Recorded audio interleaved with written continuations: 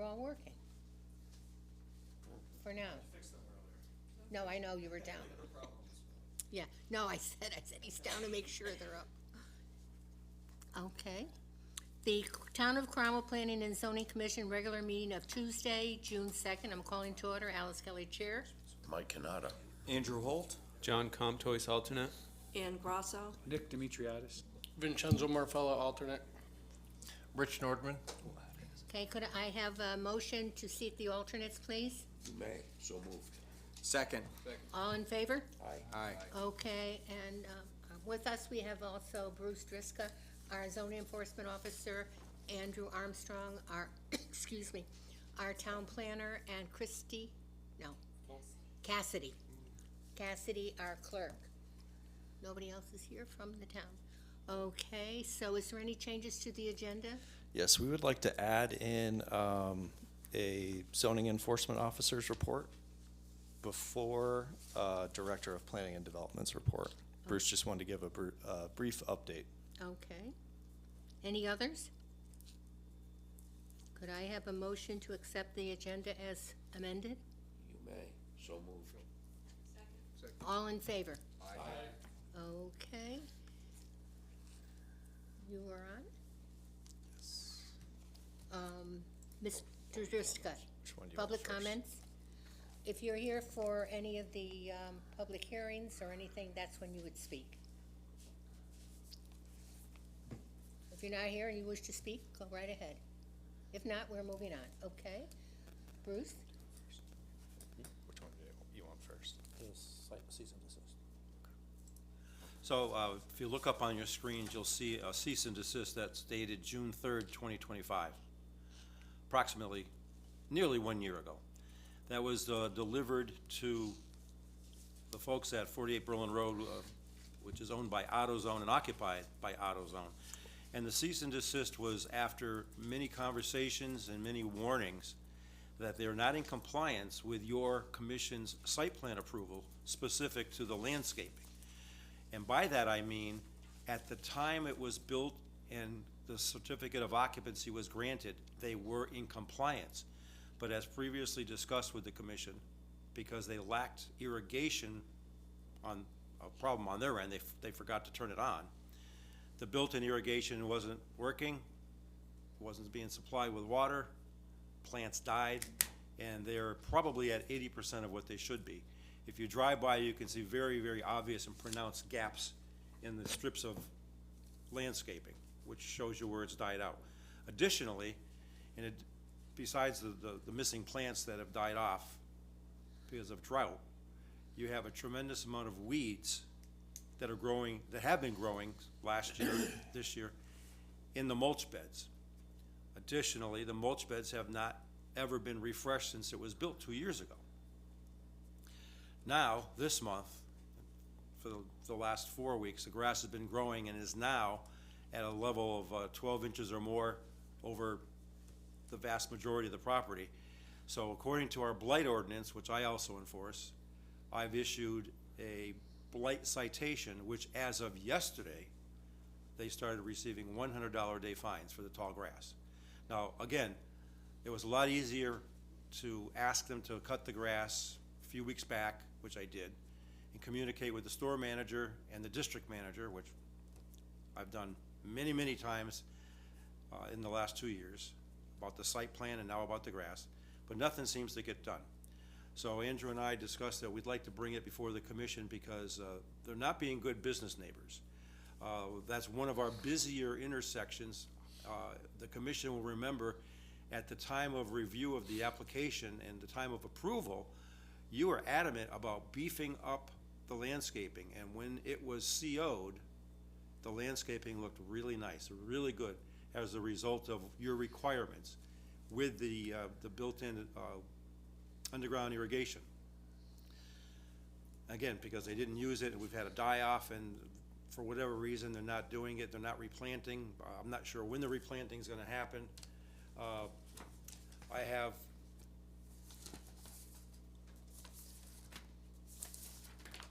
this is a list of printed out emails that I've had with them. Yeah. my communication, my pictures, my pleading with them to please do something, so it doesn't have to go to the commission for a commission action or the town attorney action, but, apparently it's fallen on deaf ears. So, where we are right now is I have a cease and desist, which is a year-old. For all intents and purposes, the cease and desist resulted in the issuance of $150 a day fines for the last year. But they haven't paid anything. More importantly, I'm not looking at the payment or the revenue, I'm looking at compliance, because that's, it's an eyesore. It's an eyesore. We also have, in addition to the tall grass and the weeds growing in the landscape mulch beds, there's been a pile, probably like a small pickup truck, worth of mulch, sitting in the parking lot since last Thanksgiving, just sitting there. Okay, so what is, your jurisdiction and what is our jurisdiction to bring in another landscaper to do it and bill them? I have retained a bond, it's in excess of, I think, $9,600. And that was done because I didn't have a good feeling when we went, at the time of CO, so I never released the bond. And, we possibly could look at that. I really would not like to do that because it's not the AutoZone's bond. The bond that I'm holding was by the contractor that AutoZone hired to build it. So, I really don't wanna penalize the builder who did all of what he was supposed to do for us in accordance with your site plan. Rather than go in there and do the plantings, I would recommend conversation with the consent of the commission to go to the town attorney and to ask the town attorney if we can litigate this and file injunctive relief for site plan violation. Okay, And then any advice that the town attorney gives, if revocation of any approvals might be in order, then we could take that into consideration. okay, but now is the, irrigation, is that now timer now instead of them? They were instructed the beginning of the spring, in March, April, on how to use the irrigation. I don't know if it's being used or not. And where is AutoZone? Where is their corporate headquarters?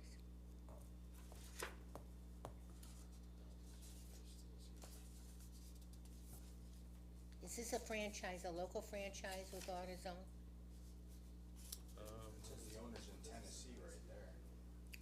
Right, Yeah. but I'm just saying is, Memphis, Tennessee, is corporate. that's the corporate.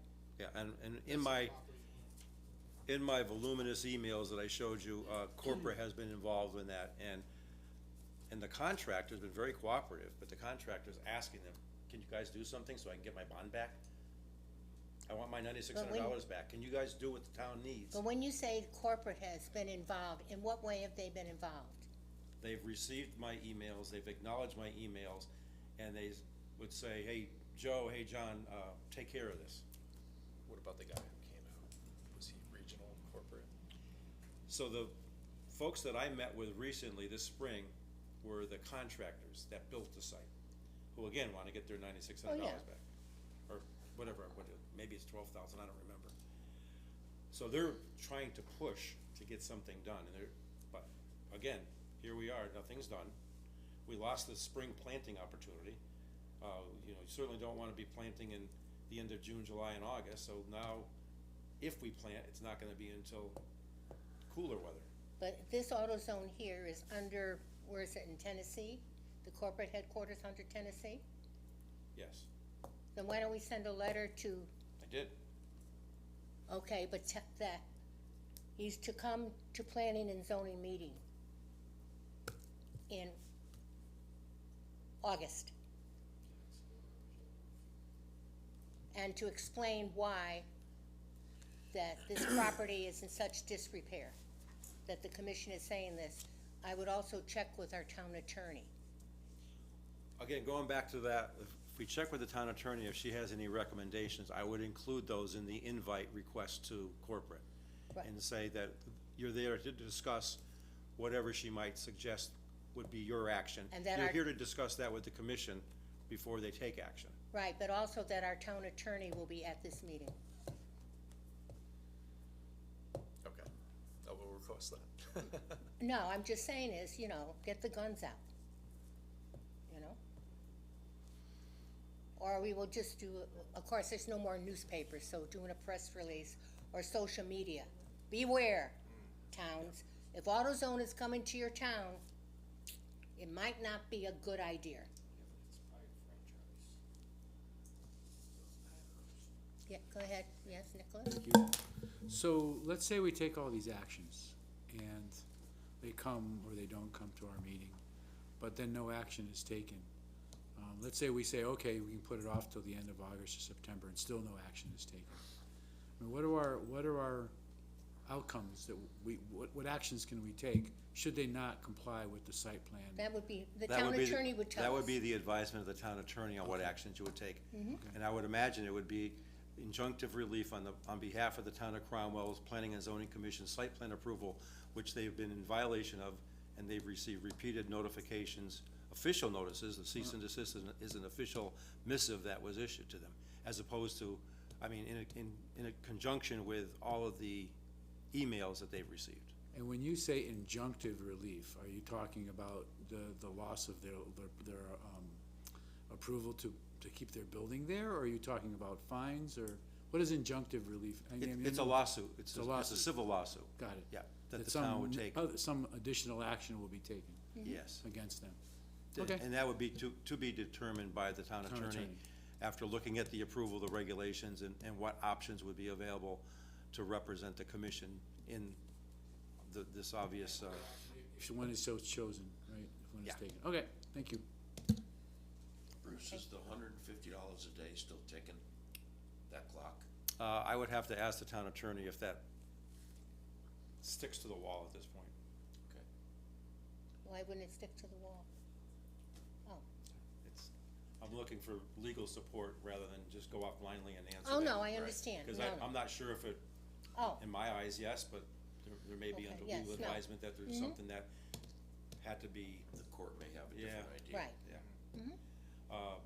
but, if we do go to court, just like with any other case, when we file injunctive relief, we're looking for attorney's costs Yep. and fines and compliance.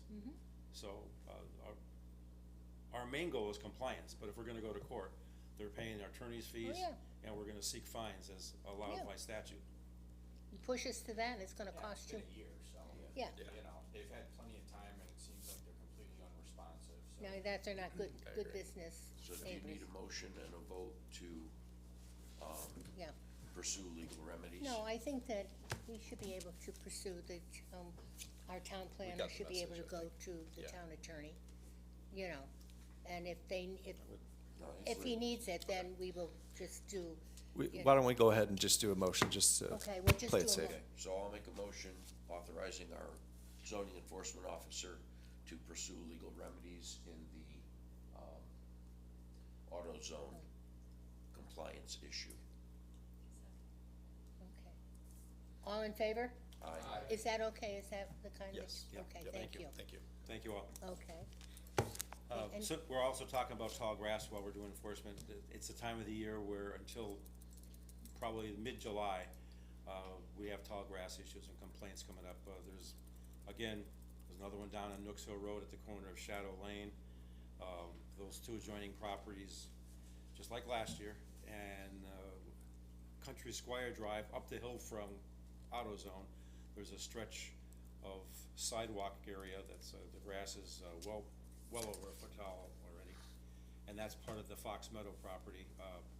I finally got in touch with somebody that answered my email today, and they said that they would address it, so hopefully in the next couple of days that'll be taken care of. Good. There's a couple of vacant lots in town here and there, but, yeah, it's a seasonal problem that usually starts in May. Is it the houses or is it the old, ironworks there? On Nooks? Yeah. It's the house on the corner, the building on the corner used to be, I forgot what it was. Horton Horton Brass. Brass. Horton Brass. Yeah, Horton that Brass. building and the one next to it, Okay. yeah. There isn't a whole lot of grass there to begin with. It's more of a parking lot, isn't it? Yeah, it's like a grass island. Couple of spots. Right. You're a property owner, you gotta take care of your property. Yep. It's not a farm. They can't let it just go to seed. Get out the goats. Okay, what else? Okay, Is that it for me? Well, actually, I do have a couple more. I have a couple compliance issues. 48 Nooksville Road, the large warehouse right next to Ripley Well, the old metalworks, Metalworks. okay. Between the health department and, I believe fire marshal and our department, we had some concerns and issue a lot with, junk clutter and things that shouldn't be there. We wrapped up most of it yesterday by the removal of a junk car shell that was sitting there like a stripped down car. I did caution the owner that they would be facing fines like they did last year. I think I issued probably at least $300 or $400 worth of fines to them last year that they paid after they complied. So it's been an ongoing thing. Most of it's because they don't have control of the tenants or the people that think they're tenants that are just trespassing and placing and dumping things in there. So we suggested that they look at fencing and gating the area, which would require site plan mod, and they'd have to come in to see you. So you might be seeing them soon. That's all I have. That's all I got, okay. All right, moving into the Director of Planning and Development report, I have a few things I wanted to go over tonight. The first is that we held a pre-demo and pre-construction meeting today in this room with all departments from the town and the contractor for 100 Berlin Road. So we had everybody in the room. It was a really productive meeting that went well. Everybody said their part. Any anticipated problems, everyone exchanged contact information. One of the department heads said it was one of the best meetings they've been to at Cromwell yet. So I take that as a compliment, and I think that it's going to make the entire process go a lot smoother, just to, do some level setting up front for everyone to be on the same page, from demo to building permits and so forth. So it was a very valuable meeting, and it went well. So I just wanted you to know that. They are anticipating doing demo in July of the building. Anything to add to that, Bruce? So the demo's gonna take approximately 3 months to do the, well, actually abatement / demo. So as you know, they're gonna do the abatement first, go in there and do what they have to do, and then start the demo. They're working out the logistics on how they can safely get in there, and the police can somehow make a determination that there's nobody still in the building when they start the demo. The belief is now that there's still people in the building. Police and fire will not go in there because of the mold and the environmental concerns right now. Apparently there's no reason to go in there and put somebody's life in peril because of environmental health issues. So the police department is working with the contractor and the demo contractor on how they're gonna go about making sure that it's clear before they actually start the demo. And they also, for the safety of the remediation of the contamination, they wanna make sure that those personnel are safe when they go in there because of the squatters that are living in there. So we're gonna go approximately 3 months of remediation, demo, and then right into construction phase. No access to Christian Hill Road at any time except for emergency purposes through that gate if it's needed. No rock crushing or concrete crushing on site. Everything's going to be hauled out. Right turn only onto 372. I think we discussed in the past, is a reconfiguration of the driveways for uniform alignment of the hotel across the street with this hotel, this 100 Berlin Road, and it will be a signalized intersection with 4 crosswalks. So you'll see some safety improvements in that corridor where there's, in the last 2 years, there's been 2 traffic fatalities. Did they get their OSTA permit? They are still working on it right now. So we don't know whether or not it's gonna be signalized. Correct. They believe they are, but they're still finalizing that, and it's been a long process to work with the state and their engineers, so. But it's coming along, so it's looking good. We did talk about having the wheel wash on site and making sure that there would be no dirt in that turn lane coming right off the driveway there. That was imperative because we don't want accidents, in that area. So we just kind of level set on a lot of issues. There's a lot of things going on at different times on the site with a lot of different departments and water and disconnect. And so it was just really great that we got all of that worked out today ahead of time, because I find when you try and do it after the fact or in the middle of it, you're chasing down problems, you can't figure it out. So we just got everybody in one room today and had a really great meeting. So happy to see that moving forward and everyone on the same page. A list of a couple new businesses for the month of May. The Paw Splash at 323 Main Street. That's going to be a self-service dog wash. You may have seen their grand opening posters around town. I'm not sure exactly when they plan to open, but they did get a zoning permit. Beautiful People Salon and Spa. That's at 2 Hammerhead Place. Oh. I think that's just off of Berlin Road. Right, Yeah. In the plaza there. Cumberland's West, Chris, Right, Chris, crisp, yeah. near the pot store. And the only other one we had was a home-based business for bakery at 4 Allen Road. What, 4 Allen Road? Yeah, that's a single-family residence. It's a home occupation permit. So if you're doing certain things out of your home, you could get a home occupation permit. So it's not really like a commercial business, for the public per se. How are they gonna advertise? First Just one, on why don't social you, media? go ahead and take those away for. They're gonna advertise only on social media and not put out a little sign? I don't know. I'm assuming you worked with them to sign off, Bruce, on that permit? Yeah, I'm not sure how they're gonna do that. But what is allowed by our zoning regs for a home place business Well, in it's, a residential zone? yeah, so it's going to be baked goods Mm-hmm. that are made and delivered, and there's no store or retail operation open there. Oh, okay, that's, Yeah, so you that's- can't go to their home to pick up the Right. cookies or cupcakes. They have to deliver it. So it's like a producer that delivers Okay, to the middle person for the consumers. okay. Yeah, but they need to get a permit for home occupation, so they've done that. We have been working with a couple of other businesses, to come to town on site plans, pre-application meetings, that we hope to report on soon, so stay tuned for that.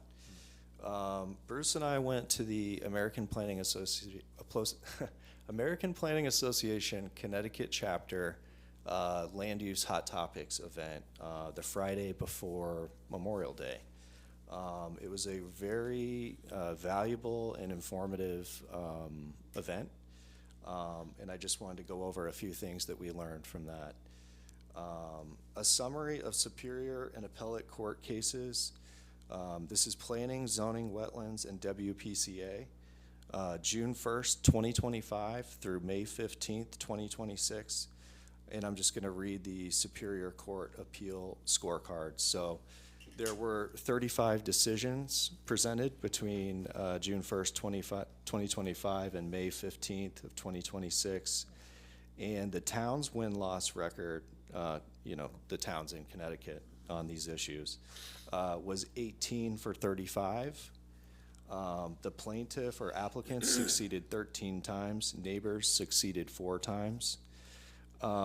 Commissions lost 100% of 8-30G affordable housing appeals. There were 7 of them. And I do just want to, if I haven't said it already, I just want to, state it for everyone's knowledge and on the record. If you haven't done your fair housing training, I just want everyone to keep in mind as a commissioner that you have a responsibility not to discriminate against affordable housing, and I'm not saying anybody's doing that, but it's my job to just kind of remind you. It's probably one of the more difficult topics that we face, and, you know, we could end up in court over it, we could end up on the news over it, and I just want you to all to keep that in mind. We don't discriminate against affordability, disability, those type of things. And yeah, housing discrimination is against the law. And I just want to remind everyone that we're also recorded on tape, and these videos are on YouTube for the World Wide Web. So any attorney could pick that apart and use your words against you. So be very careful about what you say about those type of things, because it is probably one of the more difficult things that you'll face as a commissioner. We've been there. And I guess on that note, I am still looking to see if we can bring in an attorney for, you know, a 1-hour training here in person. So I'm working on that. But just as a reminder, I feel like I need to state that because it's so important.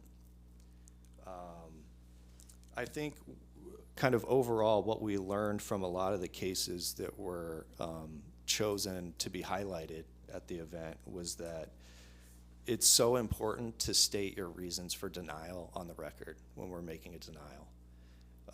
If you don't hear another commissioner stating a reason for denial, make sure that you do, and make sure that it's a factual reason. So one of the cases that was overturned, a commission relied upon, I think it was like a neighbor or something like that, but they had a background as a traffic expert, but they didn't really present any factual data. It was kind of like hearsay.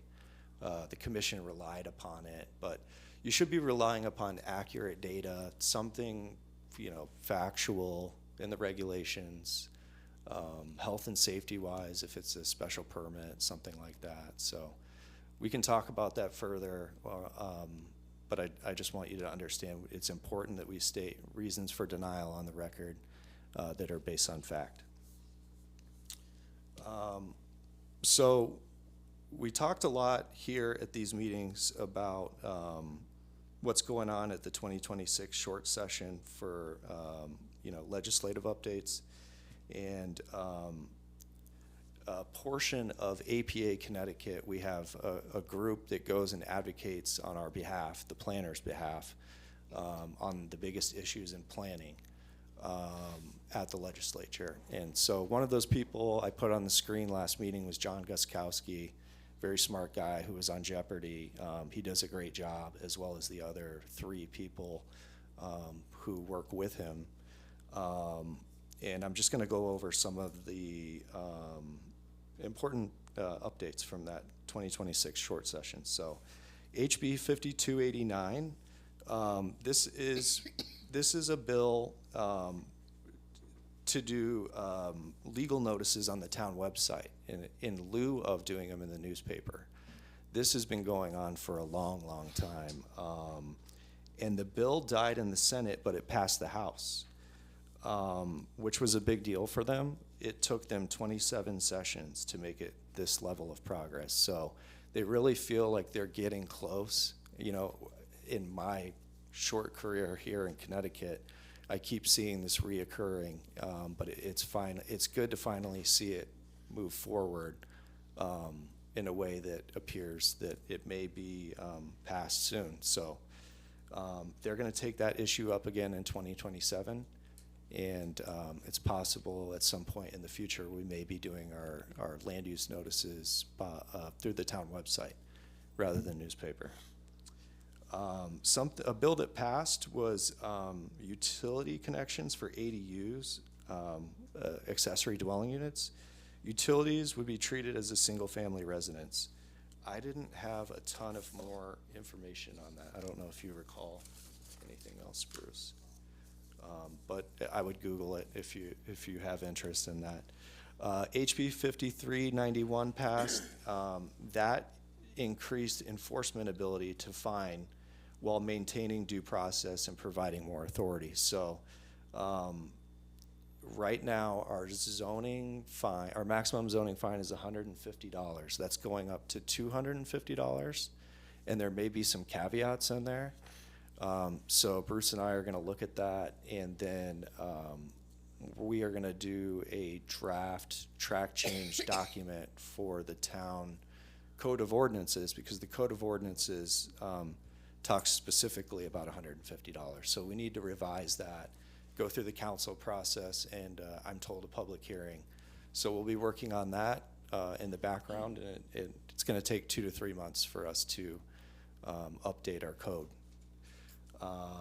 Right now, our zoning regulations are silent on the amount, but they just refer to the statute, so that's okay.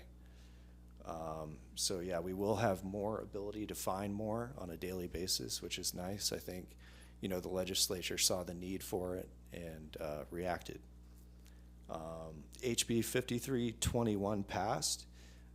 This is requirements for certain uses as what you can use as material for fill. I don't have a lot of details in there because I don't really get into the weeds, no pun intended, but if you're interested in that, that did pass. HB 5202 did not pass. APA Connecticut fought against the bill that would allow residential units in industrial zoned land. That bill died. I know that was an important one that a lot of us had our eye on, so that did not pass. And for now, we're safe as far as allowing residential units by right in industrial zones. Looking ahead to the 2027 session, I guess that's going to be a full session where they feel they have more opportunity to get more work done. They say that in the short session, it's just harder to get things passed. There's elections and different priorities. So they're looking at the next session. Their priorities are, again, looking at the newspaper notices, going to the town website, municipal stormwater management support for MS4 permits. So we as a town are required to do MS4 permits for stormwater management, and there's certain requirements. A lot of times that's difficult for towns and cities to manage, and so they're considering some support for that. They're also looking at ZBA variance reform, like Commissioner Kanata noted at a prior meeting. I don't have any information about specifically what they're doing, but they are looking at that. And then lastly and importantly, HB 25-1, the housing bill, they're going to be looking at technical fixes. So, things that arise out of the implementation of these of the bill and the changes to the regulations. There may be technical fixes in order to make it all work smoothly in the real world. So that's what they're looking at. One last thing before we get to the agenda, and I apologize to everybody here tonight because I do have a long report. There's been a few questions recently about conditions of approval and what qualifies, and sometimes people seem to remember certain things in the discussion. They don't end up in the letter and the record and those type of things. And I just wanted to briefly go over that for your knowledge. So, because I feel like it'll make you better commissioners. I'll say that sometimes during a public hearing, there will be discussion and almost like negotiation that kind of happens on the fly. And I think it's important that if that is a sticking point and something we want to condition, somebody should speak up and say, hey, should we make that a condition? And if so, make sure we incorporate that condition into the motion. That then goes onto the approval letter, and it's filed on the land records and on the plan. It carries through, so you can't miss it.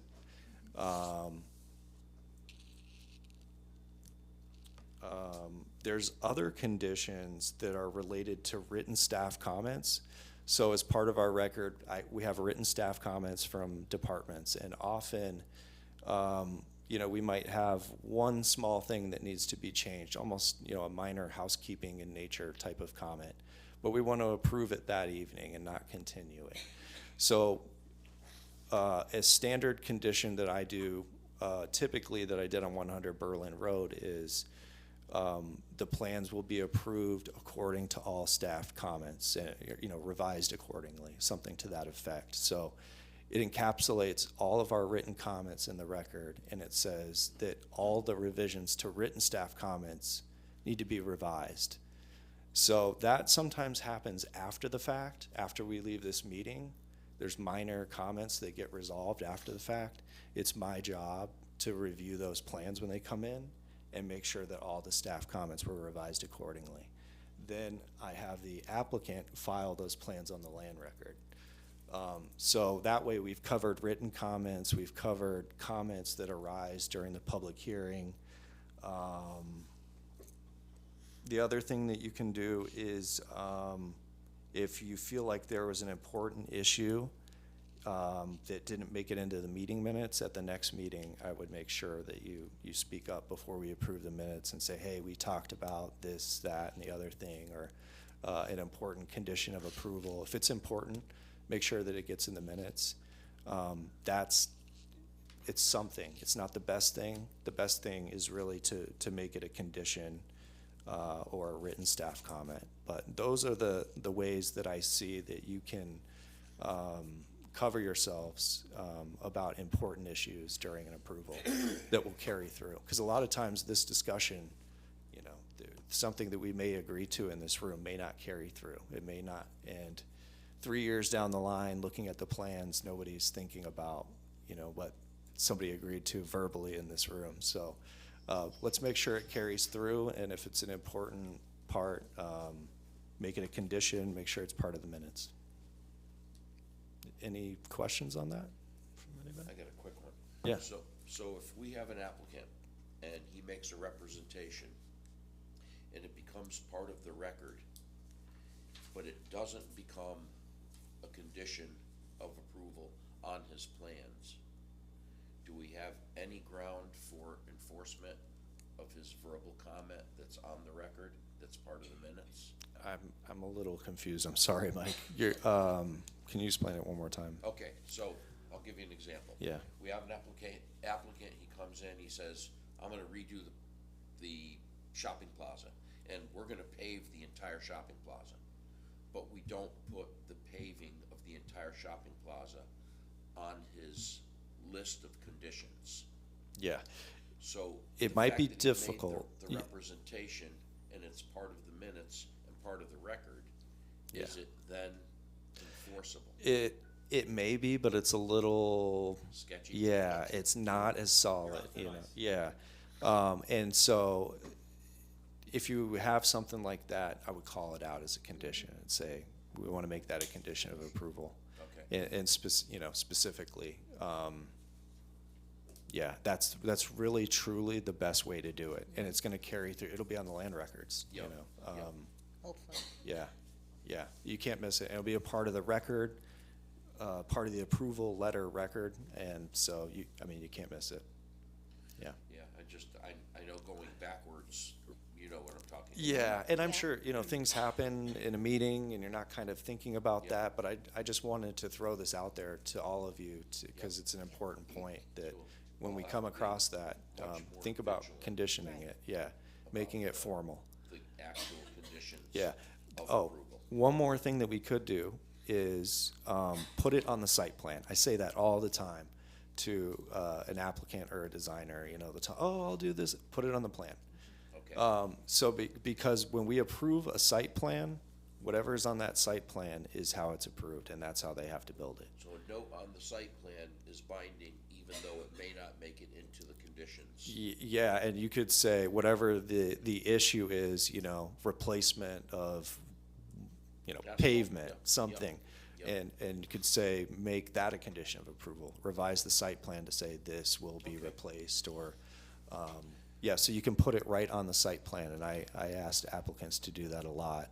When so we what if- approve this site, These- when these are this easy commission fixes. approves this site plan, it's like a contract with the applicant that they have to fulfill. But when you say put it on the site plan, Yes. it's not on the site plan, they've come before us and they just said okay, I'm gonna do, yeah, I think I'll do the driveway or whatever it is. Yeah. Yeah, and so we could condition it outright, or we could say, hey, put it on the site plan, revise the site plan, so Okay, the but site that would plan be in covers the it too. minutes, that you revise the site plan to include that. But that has to be stated, correct? But it would also have to be seen by Andrew before the chair signs it. Right, but I'm just and saying it gets is, filed. but you have to say it to So the we need it on applicant. the filed document is what you're saying. I think that we have to say is that has to be on the site plan. Yeah, and that's another way of doing it, is because when we were approving a you site have plan, to- everything that's on there is what it Yeah, is. because So they if you said say something. you're doing something, you have to do it. So those are the different ways we can condition it. We can make it part of written staff comments that become resolved. We could put it on the site plan, and just kind of as a backup, I would make sure it's in the minutes. Thank you. Thank you, and that is the conclusion of my director's report tonight. Okay. Do we have anything to accept and schedule? Actually, we do not. Right. Ed, Andrew, Yes. because I think that the public hearing is going to be very short. Okay, you can take it however you. Well, I'm just saying is, I think that because I believe, is the applicant here from 124? Yeah, I think you're right. I North agree. Road? Okay, you're going to give a presentation, correct? Yeah, no, okay. The other public hearing is going to be very short. Do you mind that we would have that person go ahead of you? Okay. So that would be for, 2616. Thank you very much. Town of Cromwell Planning and Zoning Commission legal notice. The Town of Cromwell Planning and Zoning Commission will hold a public hearing during the regular meeting on Tuesday, June 2nd, 2026 at 7 p.m. in the Town Council Chambers of the Cromwell Town Hall located at 41 West Street on the following. Application number 26-16, application for a special permit to serve alcoholic beverages per section 4.3.c.2 of the Town of Cromwell zoning regulations at 77 Berlin Road, HB Highway Business Zone. Barry Arpaia of Barb's Pizza, applicant, and Matthew Retner, Barry Realtor owner. At this hearing, interested persons may appear and be heard, and written testimony received. The application is available for public inspection in the Office of Planning and Development. Alice Kelly, Chair, dated in Cromwell, Connecticut, this Thursday, May 21st, 2026, and Thursday, May 28th, 2026. Make the motion. Yep, I'll make a motion to open the public hearing for application 2616. Sir? Second. Right. You're gonna come up and, please? give Just your come name. up to the mic, and you might have to turn the switch on and just give it a few seconds to kick Everybody in. in favor of opening the public hearing? Aye. Okay, thank you.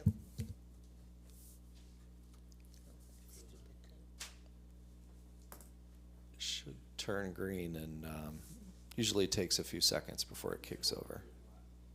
Oh yeah, you can just pull it out. That's You the pull best it way. out. Nope. No. Yeah, I think I heard something. Testing? Can you hear me now? Yes. All Yes. right. All right, good evening. For those of you that do not know me, my name is Barry Arpaia. I am the owner and operator of Barb's Pizza. We are celebrating our 25th anniversary as Barb's Pizza. We started in 353 Park Road in West Hartford. I've been selling beer and wine ever since we started Barb's. I've been all over the state. Right now I do have another place in Southington, 168 Central Street. We do not sell beer and wine there because we're right across from a brewery. I took over the location on 77 Berlin Road. It was formerly known as Worcester Street Pizza. Initially, 35 years ago, I was a part of Worcester Street Pizza. Unfortunately, they went in a different direction than I wanted to go, and I bowed out.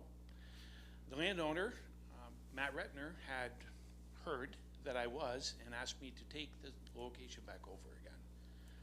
I accepted, not knowing what the business was in such disarray. It took me a lot longer, but I do everything by the book. So we changed all the plumbing, all the electrical, all the lighting, all the ceilings, all the walls. but we still kept the footprint. Every single thing is exactly the way I left it, as in if you were to walk in when it was 35 years ago. I had to replace the bathrooms. I had to replace, you name it, I had to replace it. HVAC, downdrafts, but regardless, it did serve beer and wine. So being cavalier, I just thought I was gonna be able to walk in and start serving beer and wine again, not knowing that I had to reach out to you and say, can I please do this? And so today, this is what I'm asking you for. It's beer and wine. We do not have waitress service. Everyone is very well versed in this. I'm not sure what else. I mean, I'm very much open to questions. Does any member of the commission have anything to say to the applicant?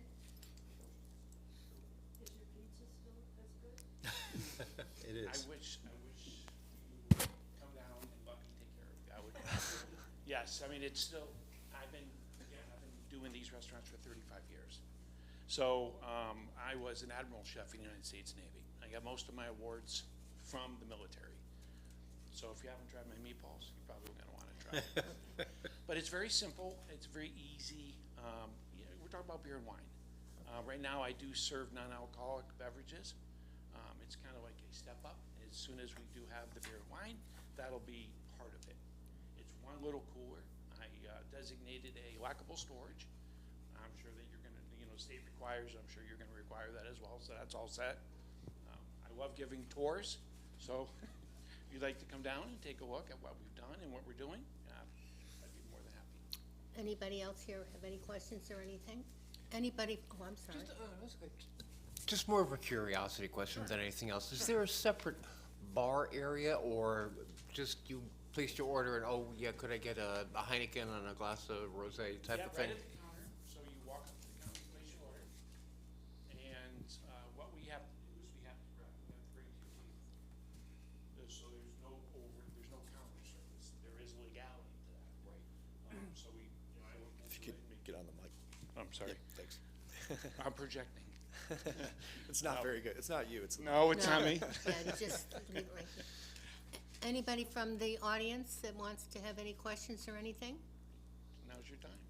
Okay, if not, Yeah, I'll just add from staff. Yes. I did ask Mr. Arpia for his business hours, because I suspected you may want to know. They're listed here. He's in the highway business zone along Berlin Road, so perfectly appropriate. And I have no issues with this. I would recommend approval. what is his business hours? Can you say? I'm open till 9 PM on the weekends, and actually all the way through the week now. So Sunday through Saturday. Oh, you We're close open at till 9? 9 at night? 9 o'clock, that's it.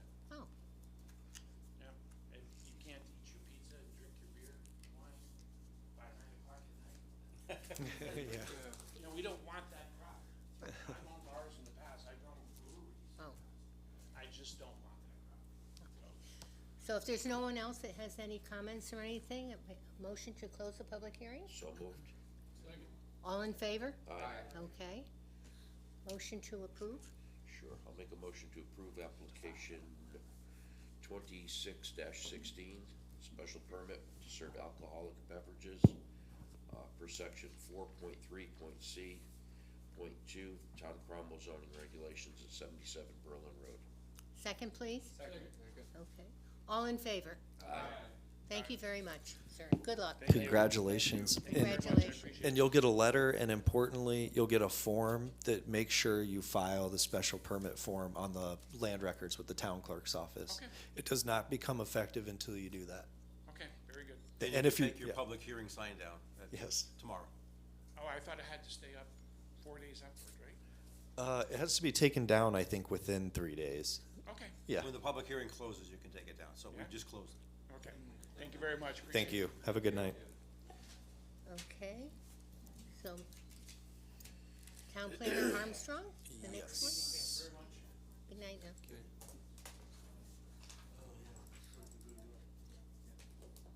All right. North Road. Yep, application 26. Sorry. All right. Do you want me to read it off? You want me to read off 2617? Sure. New applications, application 26-17, site plan application for a ground-mounted solar array at 124 North Road. R25, single-family residential zone, Frank Zapula, applicant and owner. Do we have it? No, that's not it.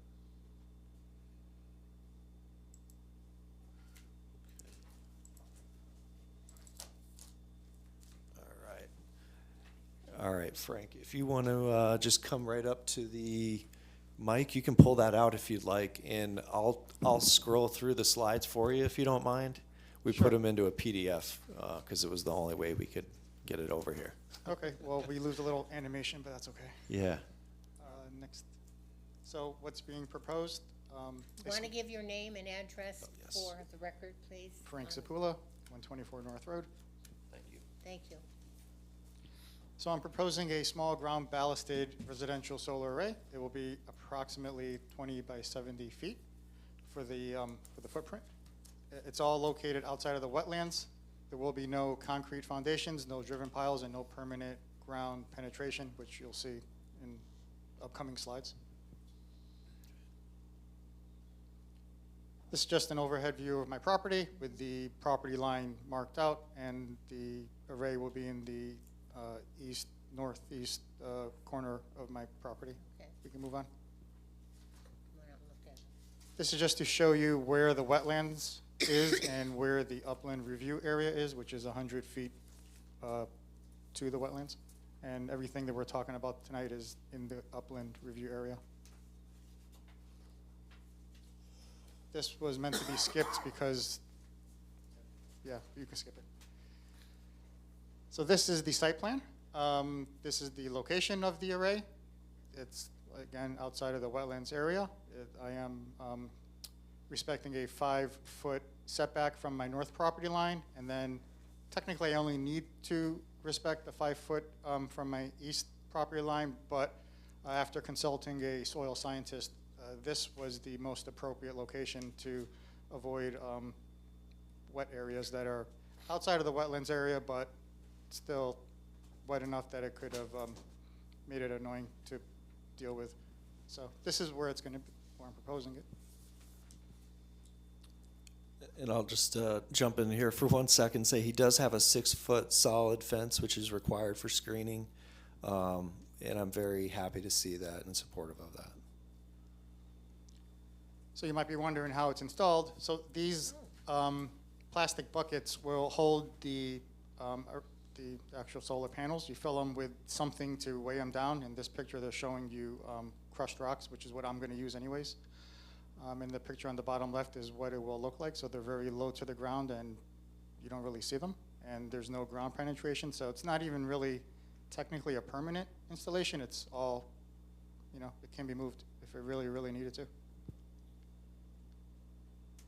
Just a picture from the back, that's what it'll look like. But again, it's close to the ground. Key things here would be that the wind load, they can take up to 130 miles per hour, and then whatever the PSF means for snow, apparently that's a good number, is what I'm told. So these are good, is I guess what it's trying to show. And they have like a 25-year warranty, which I guess means they can stay in the sun that long. I don't know. It's just pictures of my property. On the left is in the winter when everything is dead. And then on the right is just a few days ago, there's a field right there. And so it'll be right next to the field. So away from my neighbor's house. I guess we can just keep going to more pictures. Sorry, I slipped. Yeah, this is actually down right near the area, and that's where my neighbor's house is. So the main thing I kind of just want to show here is that I'm not like on top of my neighbor, and the array will not be on top of him either. So it's that corner in the, you know, where I'm mowing it down, because that should be field right now, but I'm keeping it low. And this is just from one of the bedrooms a little higher up, just so you can see what it looks like. And this is to show you exactly like the distance to my neighbor. Sorry, I guess it's this house. And That's me, and that's my neighbor. that's the neighbor to That's the the neighbor. north. This is Frank's home. Any questions? Frank, could you, if we roll back a slide, could you please show by, or maybe Andrew could show by moving the cursor where the proposed fence would be to provide screening? It would For your be neighbors. 6 inches on my side from the property line. And it would go from the, well, I guess at a minimum, it has to go in front of the array, but I'm going to propose it from my east property line all the way down to where the forward projection of my home is, which is, I guess, the most I can go and keep it 6 feet. So I'm told.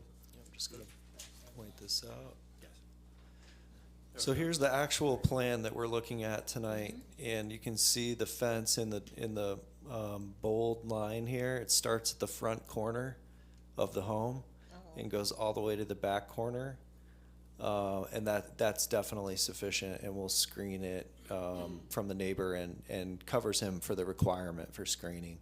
I did speak with the neighbor to the north here, and he just wanted to make sure that that the fence would go up, and you wouldn't end up just with solar panels without a fence. So it's on the plan, it's approved that way, and we may want to just make a condition that the fence, how did you want to do it? Fence go first? Consider making a condition of approval that the fence is installed prior to the issuance of the zoning permit, which is necessary to obtain a building permit for the electrical.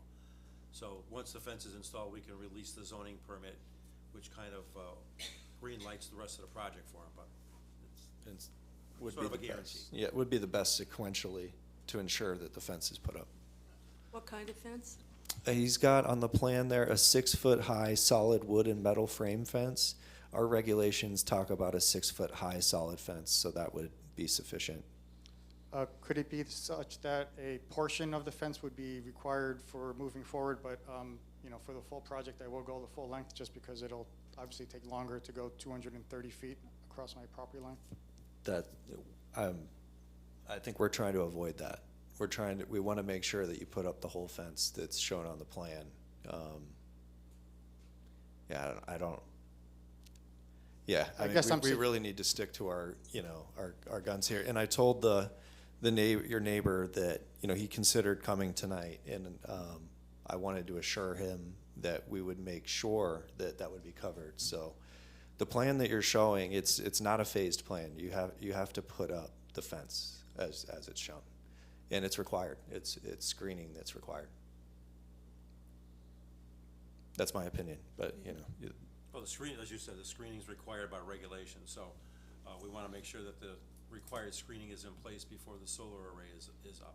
I guess my comment is just that required screening would mean the 70 feet that the array actually is. I do want to do full 230 feet, but. Well, I would not be in favor of that, because that doesn't really screen it. You know, that doesn't screen it. You'll go around and you'll see it from the side, and you know, what good is a short panel fence? You know, the whole point of this is to actually screen it so you don't see it. You know, we're trying to protect the neighbors and the single family homeowners' rights. So yeah, I'm saying that we need to have the full length of the fence that's shown that will properly screen the solar panels. And yeah. So would correct wording for that condition be that the 230 feet of fence must be installed prior to the solar building permit being issued? Is it 230 feet? Do you have any idea, Frank? 220 something. Okay, as shown on the as plan, shown. approximately, yeah. And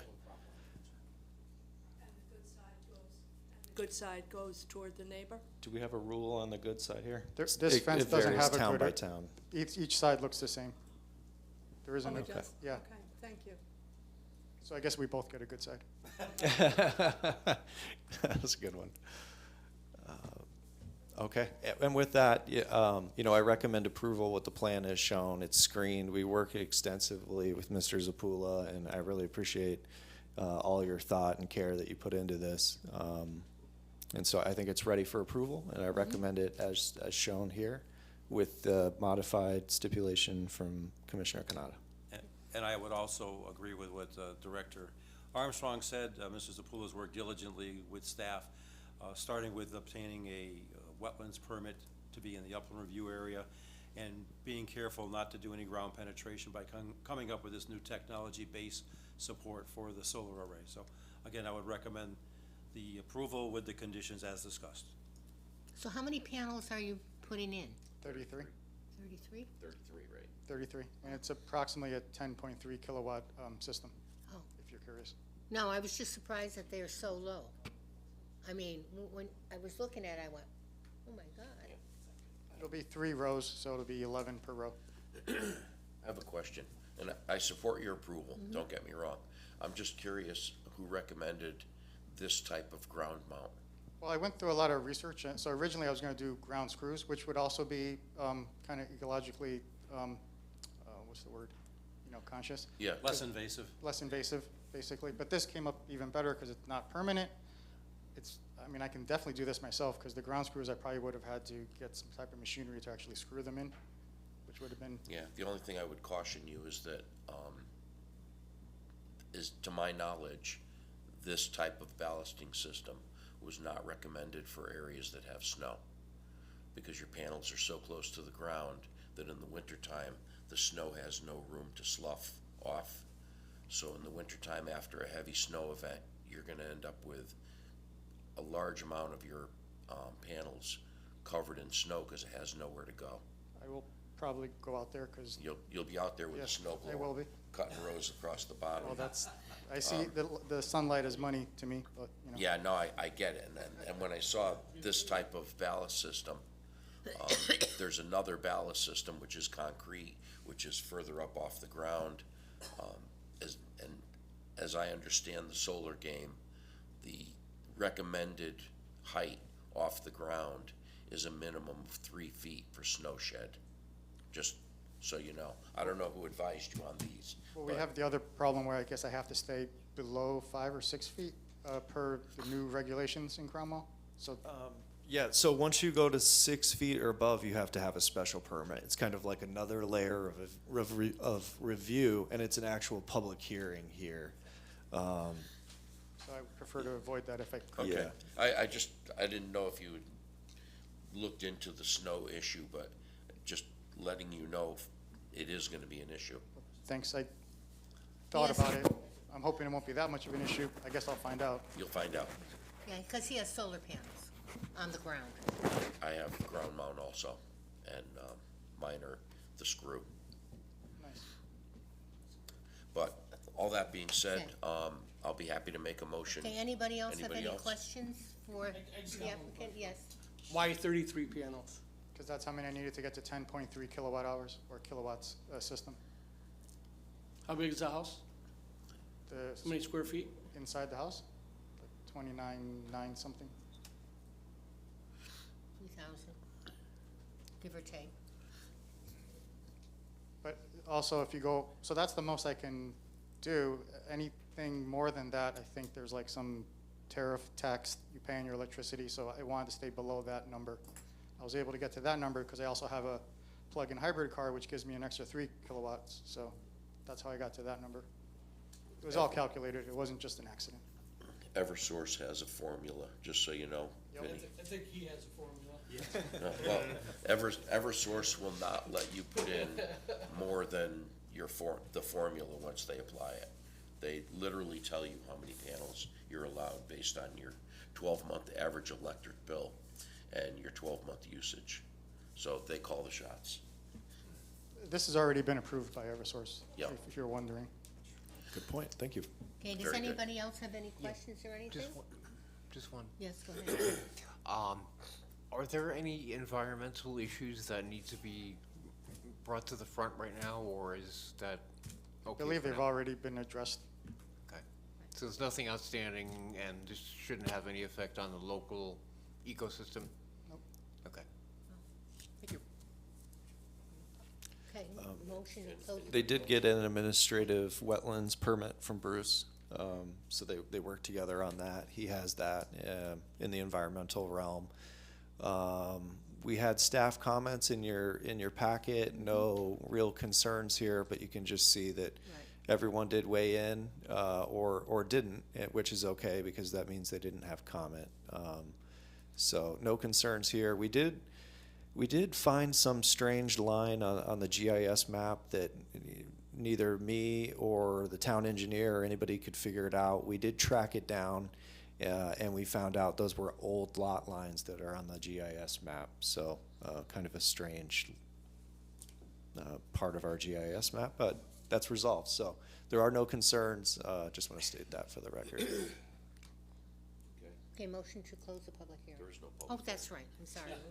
Okay, motion, So I'll make a motion Motion. to approve application 2617, which is a site plan application for a ground-mounted solar array at 124 North Road, with the single condition that approximately 230 feet of fence, as shown, be installed prior to the solar building permit being issued. is that correct, town planner? Yes, it is. Thank you. Okay. All in favor? Aye. Okay. Congratulations, Good luck. Frank. Congratulations. Great presentation, Frank. Yes, very nice. Thank you. Good job. Okay, Can't wait to see it. yeah, We will. Thank you. okay. Communication, I think you did all your communication? So, we Oh, no, have. about your rewrites and stuff.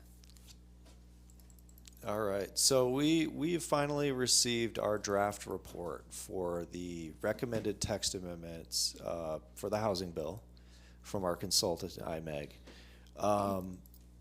This report I sent to you early because I wanted everyone to get a look at it and have time to read it and digest it. The date here is 5/20. We just received an updated report. I believe it was maybe yesterday or today. And I will get that out to everyone shortly. The consultant and myself and Alice held a virtual call, I think it was last Thursday. Yes, To go over that report. I had a number of notes, questions. I went through this report and went through all my questions and concerns, anything like that, with the consultant. So the result was a revised report with a new date. I think it might be June 1st. So just keep that in mind. This May 20th version is now old, and I'm gonna get you an updated one. I don't know if there's track changes, but I could put together some type of bullet points or something that lets you know what changed between the two. So with that said, we need to hold a special meeting to discuss these, debate these, and if everyone's in agreement, then schedule a public hearing. The way the calendar works and all of our meetings and everything, the date that I have identified right now is Tuesday, June 30th. We have, shouldn't we?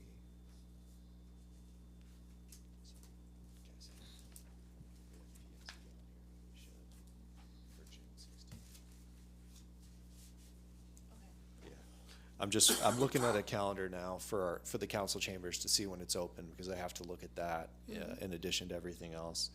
And we didn't have our June 16th meeting on here. I just noticed that. But in this month of June, after the June 16th meeting, we have 2 weeks, 3 weeks, I think, until our next meeting. So we have enough time to hold a special meeting. And kind of fitting it in there without having to meet every week, which is nice. Would everyone be able to let us know if Tuesday, June 30th would work for a special meeting? I don't know if you're able to look at your calendars now and make that type of decision. Would everyone want to hold it at the same time, 7 p.m.? That's fine by me. Okay. Everybody else?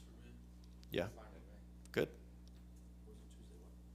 June 30th. June 30th. Are we gonna need a little wiggle room, because doesn't this take effect, July 1st? It does. So, We're right up against it. yeah, we are. But I think we're in good shape. Okay. Yeah, I'm not really overly concerned. I still have not received any type of inquiries about middle housing and how to develop it from anybody. And maybe they're just sitting there waiting, but I feel like that's very unlikely. You'd want to talk to me first before you Yeah. move ahead, so. And I think the draft that they've put together does a good job of protecting us. It puts a number of requirements in place so that a developer can't just come in here and start building middle housing according to the state law.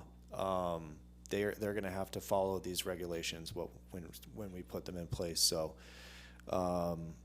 there's a lot of good things in here, open space, that type of, additional requirement on top of things. One important thing I wanted to put out there was that we have an affordable housing requirement as part of this middle housing. And I believe it's for every 4 units, they need to provide 1 affordable housing unit. That's really important because we need to meet the state requirement of 10% affordable housing that we don't meet right now. In order to do that, if we keep adding 2 to 9 units without adding affordable units in there, we're actually going to fall behind the 10%.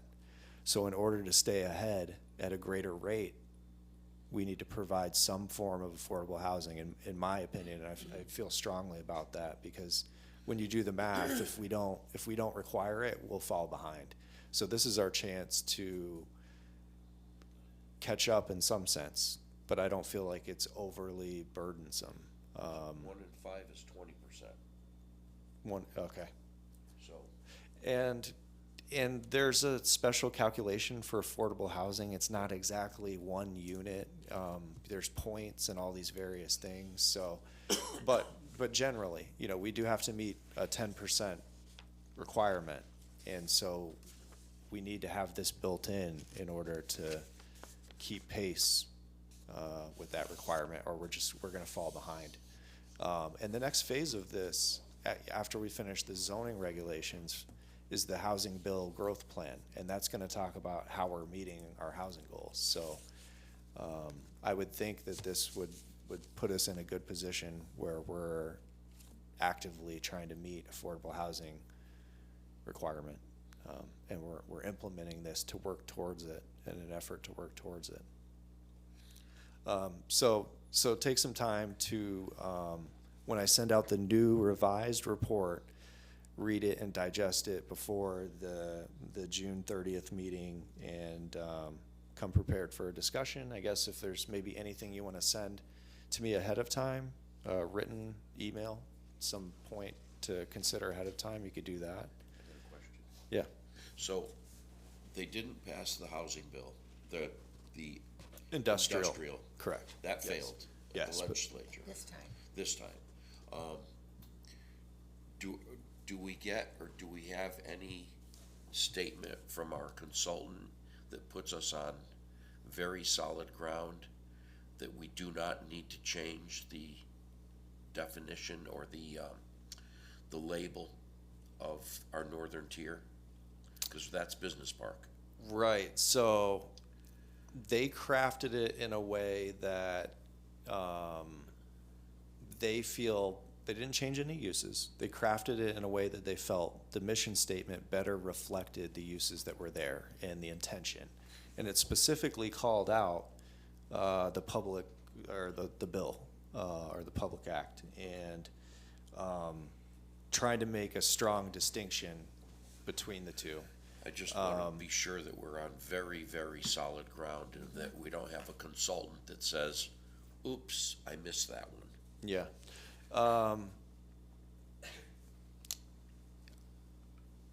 I don't know if their attorney reviewed. They have an attorney on staff, an experienced land use attorney, Peter Olson. Yeah.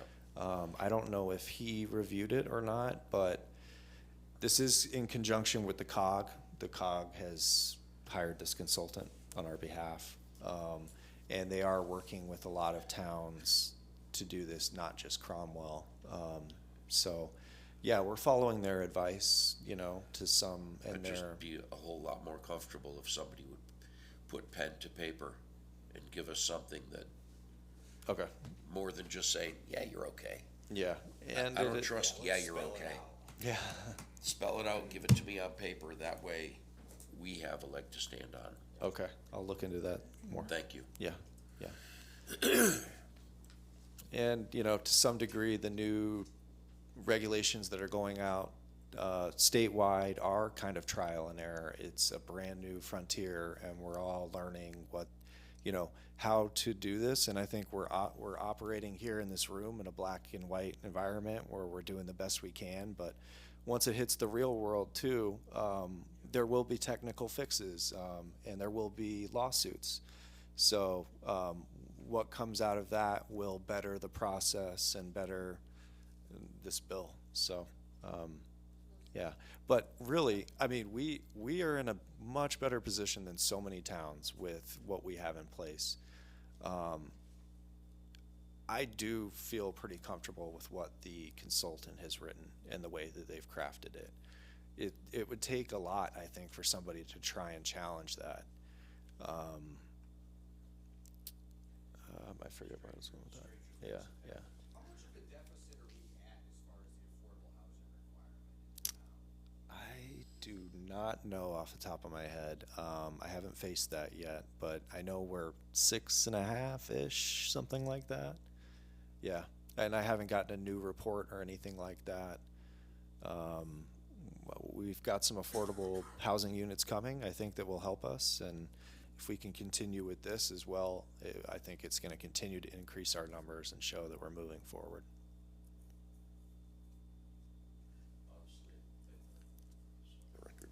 Honestly, I think our numbers are way over what we're showing. That was my next Because question. the definition of affordable housing needs to be registered. Right. And we have Cromwell Hills, which Right, is that was my thought. full of undervalue rents. Can we reclassify existing We housing? can't, they have to. Okay. Yeah, The and legislature, And I the don't- legislature has to. I don't manage any of that. That's all Right. managed by the state and Right. the landlords. They send reports to the state and verify, you know, That's, verify therein lies the income and who problem. lives there and all those type of things. And then that report comes back to Is us. there any incentive for landlords to do that? To do, Send that report and to say like, Well, I- reclassify their unit? Yeah, they They're can do a required lot of to by law paperwork and every not get year. paid for it. Yeah, that's what I'm saying. Would there be any reason for them to do that? No, No. I'm sorry, to do what? To do, to register. To register. What do you mean by register? Well, let's, an example. Right. I have a rental unit, I'm renting it out, I'm using this Yeah, fictitiously. right. I have a rental unit, I'm a landlord, I'm renting it out for $750. It's way below the threshold. It Oh, I should see. be considered affordable, but it's not, because I am not gonna fill out the paperwork and send it to the state and register it as an affordable unit. Well, because you have to deed it. yeah, Keep it for That's my 30 point, years. there's no incentive Well, that's to a what it- landlord to do this. Right, but it Yeah, isn't just saying is my housing is, but I'm not going to say that it's going to be affordable housing for 40 years. So that's the point. That's is the that point. We are presently probably way over the 10% based on our actual rental rates in Cromwell Hills alone. But we're never gonna see it. And not because only the Cromwell Hills, legislative but a lot of other definition places, yeah. is that it has to be It registered. has to be registered counted. as deeded, and there may be scenarios out there on yeah. That's you know, correct. people working under the table or whatever, you know, doing an affordable deal, but not actually getting credit Yep. for it, so. I'm sure it happens out there, but, you know, we can only control what we control. Yeah, and- no, but And we that's- don't even control that, really, so. That's the main It'd be reason. nice to have an accurate representation of what actually, if we have affordable housing in town and we're not representing it. Yeah, I guess, you know, we could call it when we see it, but I haven't seen anything yet, so. And I don't even know if we are allowed to go down that road, honestly. Yeah, I don't know that we can, but I'll let you know when we find out.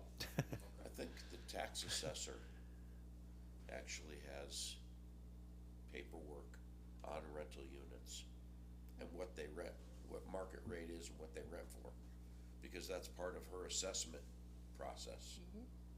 So I believe the paperwork exists. Whether or not the legislature would accept it is completely a different story. But I think right below us, the room right below us, tax assessor's office has that documentation.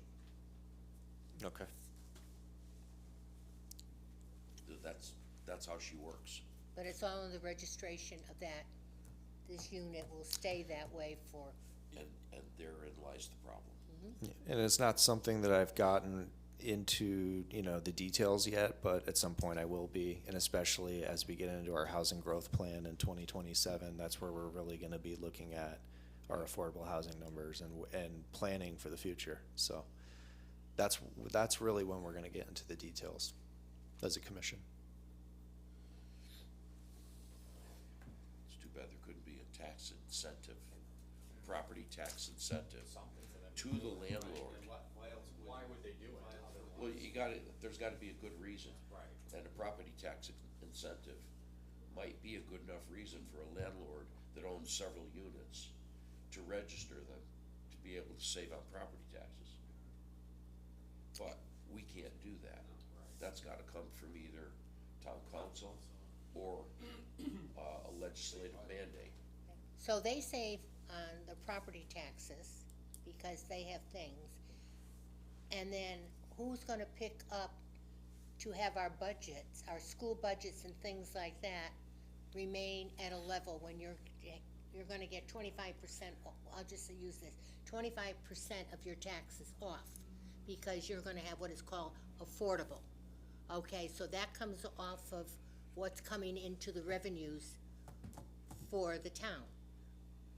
So that 25% that pays bills and pays things here, who's gonna pick that up? It's more complicated than that. No, Alice. But that And- happens anyways, because these units Because that are, the new units that are gonna be they're gonna built be assessed less. are assessed at less money because they're affordable. So, it's way more complicated know than that, saying you're but- gonna lose 25%. Well, no, I'm just If using. that was even the number, Right, yeah. maybe it's only 10%. Right, but I'm just saying is that there's all that other stuff. It's way more complicated than Yeah. just thinking that you're gonna lose that revenue.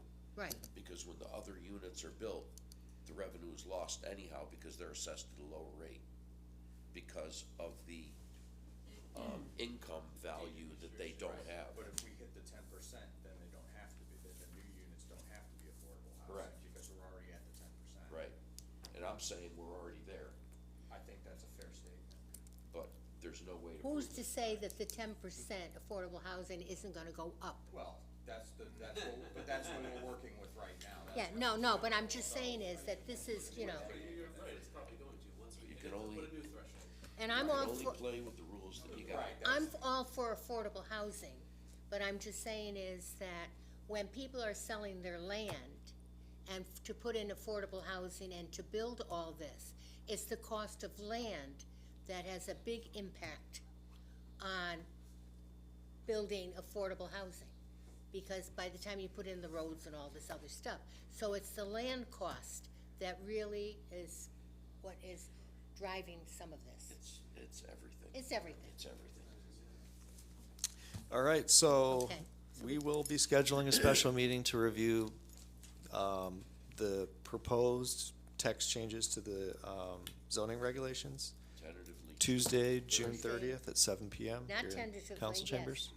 It's gonna be that As day. long as the room's available. It is, yeah, I'm It looking is. at it right now. Alright. We're gonna formalize that tomorrow and we'll send out an email. Okay. And lastly, I just wanted to touch on the upcoming zoning regulations rewrite. So we were approved for additional funding for our budget to work on a rewrite of the zoning regulations, which we need badly. And we're gonna be working with the same consultant who's doing these regulations here. They're very experienced. I've worked with them over the last few years and they do a great job. So starting July 1st, sometime after July 1st, we'll be eligible to start the new zoning regulation rewrite project. So I guess I'm just putting that out there for everyone that we'll be working on this. I'm not sure how to handle it, whether we're gonna need special meetings or if we incorporate it into our regular meetings or, I don't know. Any suggestions? Sure. So, can we do Zoom meetings? I have been pushing for that. They can still be recorded at central site. I mean, we have digital Yeah, technology yeah, that yeah. record everything. And our images, I mean, the CROG does them all the time. Every month is a digital. I'm gonna do my best to try and do a hybrid just for this. It's not a public hearing, so it's not like we can mess it up, you know. You can put an something. announcement out that they're having them too, and people can join in, and you can have a participant and a board member, and the board member in the Zoom are the ones who actually can participate with questions, and the others can listen in. So I was talking with IT about this today. He wants to test out some type of splitter thing in one of these inputs so that we'd be able to talk back and forth, because we have to be able to run the YouTube at the same time and then, I guess, speak into the microphone and then back and forth with Zoom. So we just happened to be talking about this today because I'm still pushing it, and IT guy was gonna bring a cord from his house. We're gonna test it out. If I can make it hybrid, I will. I guess at the worst, you know, we could have some kind of basic level hybrid meeting. I'm just saying we don't have the best technology. I'll make it work the best way I can. So it could be a committee meeting, but you could have people join into the Zoom and have it an open Zoom meeting. When you say join in, are you talking about commission members? Commission members and other people from the public, if they have the link to join the Zoom, they can join in as a You're saying a third Zoom, party. You're saying Zoom I'm only? using Zoom as a platform. But are you saying Example. Zoom only, or like a hybrid where we can have some people here? You some can have a people- hybrid too. I've done that too with Okay. overseas calls. Yeah, I think- they have hybrid meetings and they're all recorded. Right. I'm used to hybrid meetings. I've always run hybrid meetings, and I'd Yeah. like to try and get us to hybrid meetings at some point. It's just a matter of me continuously I'm working not trying to with replace IT, but the meetings that we do on a regular basis, but some of these committee Me either. meetings, especially during the summertime when people are agree. away. I could give you 3 hours on a Tuesday, Wednesday, Thursday, whatever, you know, rather than driving back to Connecticut if I'm out of town. I Yeah. could do that easily, right? Yeah, there's I mean, certain meetings that really lend themselves to Zoom, like when we had just a withdraw. You know, everybody came in just to make the motion to withdraw the application, and that's all that we had. That would be better done on Zoom. But I think it doesn't really replace the in-person meetings that take place here. It's very valuable when No, we're I face-to-face. understand. and I'm just looking at some of these I agree more with you. detailed committee meetings where you're really, where you're actually just going over what you wanna talk about and kinda lay some things out. But they don't, if you present an alternative to YouTube is what I'm suggesting, that everyone has access to, They're not. then they could, like a public notice, you could say on this date, the town, I'm again, just spitballing here, right? That the town of Cromwell will hold this meeting on this date to talk about zoning regulations, part whatever, and you post it, however you post notices, then people can just get that link and just log in with everyone else. Now you don't need YouTube, because it'll be in on that link. Yep, okay. So Just a thought. I will attempt the hybrid meeting for the June 30th meeting, and we'll just do the best that we can with it. Planning on being here, I'm just saying Yeah. that for some of these other more detailed things, then you could hold more of these more often, where you can, you know, do a couple hours here, a couple hours there, without having Right. everybody coming back into the room. The nature of the meeting too. like, Right. I agree, what's on the agenda, Yeah. not the regularly scheduled ones, but some of these other special meetings, Some of again, them we could definitely do easy, but it's, you know, when we're talking about regulations and things of that nature, we like to have a dialogue amongst one another too, Right. to find out what the best course of action is, which, you And know, is hard to do. on those type of things, though, I also feel that if you're gonna have the public come in, they will only have a space in which they can ask questions. They cannot be back and forth. Yeah, you don't want somebody to hide. Because I'm saying is that we're just beginning to talk about our zoning regulations.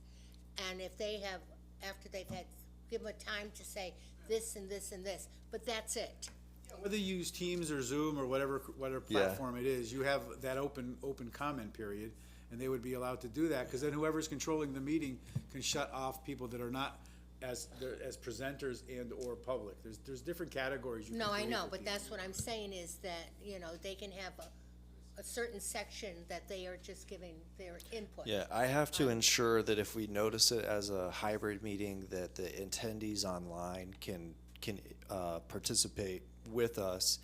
And I guess if they can't, if we're not able to do that with the technology here, then maybe we allow written comment, but, through the hybrid, Like chat room? yeah, I don't know. Can I offer just maybe Krog does these, you may want, maybe you touch somebody with, I've done tons of hybrid meetings, it's just a matter of, No, but we they, don't have the they, equipment. I understand, but Yeah. they may able to give you some ideas too, cause they do They regional can do stuff. it in the chat. If you go to the Zoom or Yeah, the 'cause other we've done that with chat. Microsoft platform, Teams, yeah.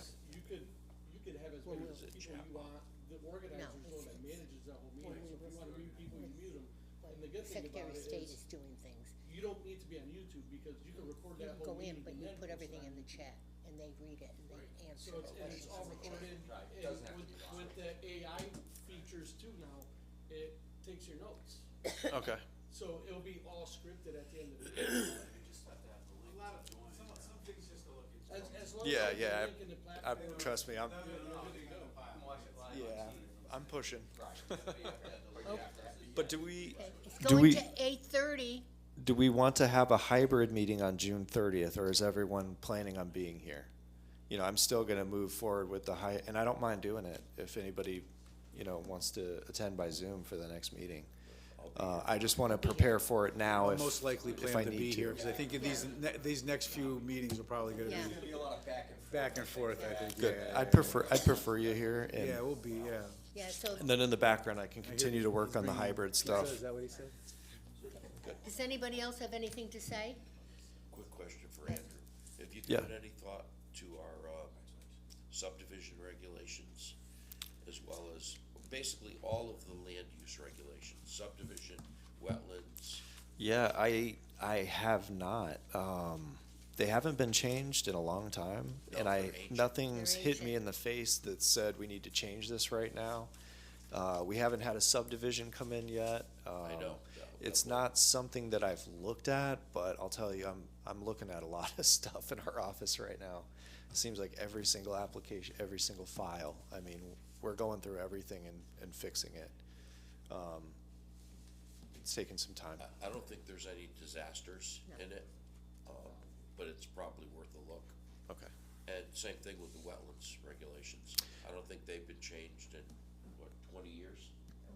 Our subdivisions was changed, Right. and I forget what year. I Yeah, mean, about it's, about 15 yeah, years ago. yeah. I I mean, can speak on the wetland regulations, we could look at the state model regs, because typically what they'll suggest is that we adopt the state's The model states. regs, which is what we've done in Cromwell previously. Yeah, I don't know of any significant changes to the state's regs.